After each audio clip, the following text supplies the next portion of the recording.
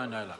Thank you, Mr. Chair, and it's a pleasure to be able to come up and rise to speak on this bill at this committee stage.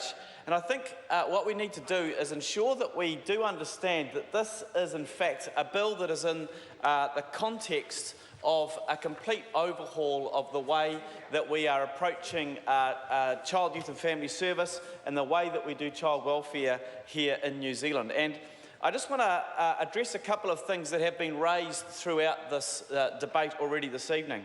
The first point I want to just address is it was talked about that the new Ministry for Vulnerable Children, Oranga Tamariki, is somehow counteractive to one another. And Mr. Chair, I think it's a little bit disingenuous to put it that way, to talk about vulnerable children, and then of course Oranga Tamariki, where we're talking about the well-being of children.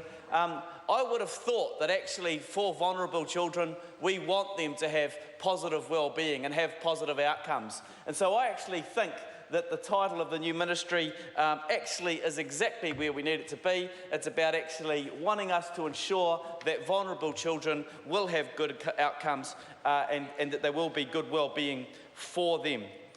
Mr. Chair, I think we would all acknowledge that some great work has been done by Child, Youth and Family Service over the time of its existence, been great practice done in various shapes and forms, been world-leading in different ways, but as Alfred Naro intimated before, there's been 14 reviews, and yet we're still not achieving the kinds of outcomes for children in care that we would want to achieve. And so, Mr. Chair, I want to commend the Honourable Anne Tolley for grabbing the bull by the horns and saying, actually, we're going to put a line in the sand. We're not going to accept those negative outcomes that we have been achieving, and we're going to do things differently to ensure that we get better outcomes, better well-being for our vulnerable young people in New Zealand. And of course, this very first step is about raising the age from 17 to 18. And I think that's absolutely critical. I think any parent of a 17-year-old if they're of any value whatsoever, wouldn't necessarily just boot them out of the house at the age of 17 and say you're on your own. It doesn't make any sense whatsoever, and yet that's the way it's been. And so, Mr. Chair, this legislation is going to go some ways to putting that right, and we've had indications that there is possibility down the track that we will extend that further, but this first step is absolutely the right step in that regard.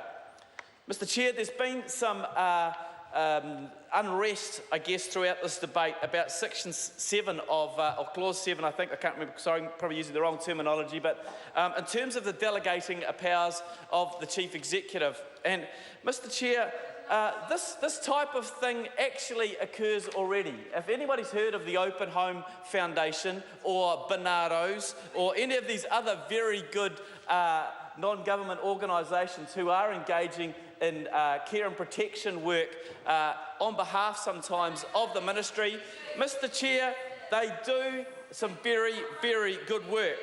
Now, Poto Williams talked about the upheaval for families when children are uplifted and the ongoing scars. And having been involved in that practice, I can tell you that it does leave scars on social workers at times as well, not just the families, although obviously it's far more traumatic for the families.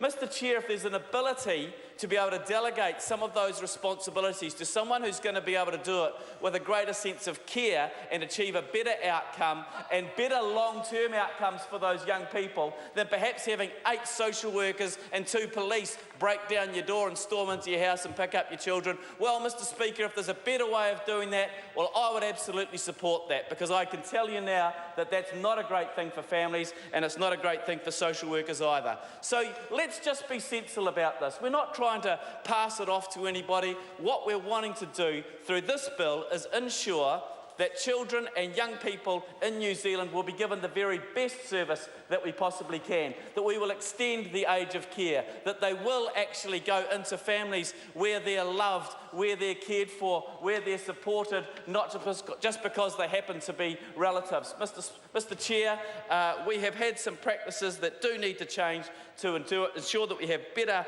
outcomes long term, and I support this legislation. I look forward to further legislation where we will be able to do even more for the young people of New Zealand.